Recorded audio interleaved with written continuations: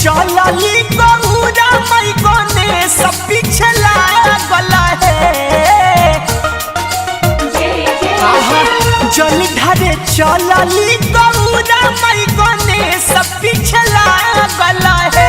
सोभे गौरा जी के कांध पकवा गावा कंगरवा घुंघुरवा लागल है। सोभे गौरा जी के कांध पकवा गावा कंवरवा घुंघुर लागल है।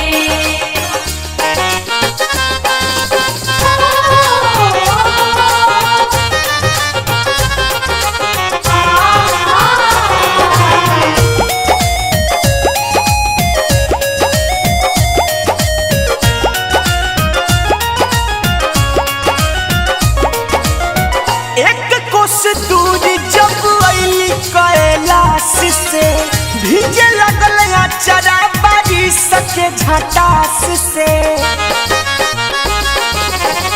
एक कोस दूर जब अली कैलाश से भीजे लगल अचरा बारिश के झटास से।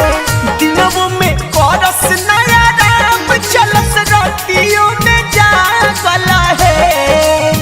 दिनों में करस नया राम चलस रातियों में जागल है। सोभे गौरा जी के कांध पकवा हवा कंवरवा घुंघुरवा लागल है। सोभे गौरा जी के कांध पकवा गावा कंवरवा घुंघुर लागल है।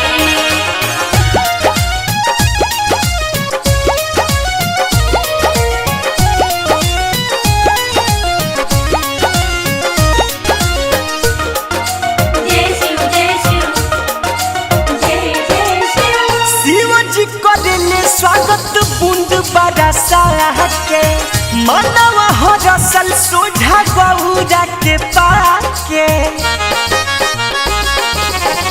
पहले महादेव स्वागत बूंद बरसा के मनवा हरसल सोझा गौरा जी के पाके।